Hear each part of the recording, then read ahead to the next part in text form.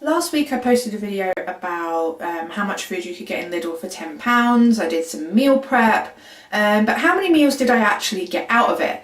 The answer is a lot more than a week's worth, which I was surprised about. So what I'm going to do is just take you through exactly how many meals I made with that £10 haul, and we can see how it went.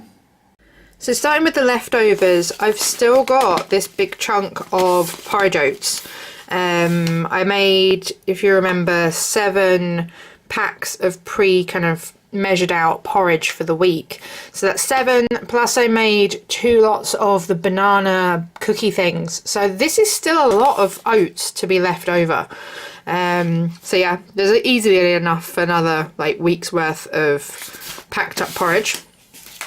I've got over half a pack of rice left, which is loads. So there's that. Then we've got the peanut butter. There's comes to about here. So there's about half a tub of that still left. And this is the tikka masala paste that flavoured pretty much everything. And again, I've still got half a jar of that. So this is all the leftovers from the week. Breakfast has kind of been covered in the leftovers, so let's look at lunches. There's been an array of soup and sandwich combos, open sandwiches, toasted sandwiches, sometimes just some soup, sometimes both. And at the end, I mixed all the leftover veg with beans, and that stretched for 4 lunches. Then we've got the snacks for the time. I ended up making 2 batches of these cookies. After the soup was used up, the same magic jar got filled with cookies again. So that made 2 batches of those.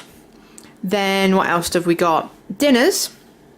We had a whole array of things. There's the dal, there's the curry, I did some fried rice. It went a really long way. There was salad left over from the lunches.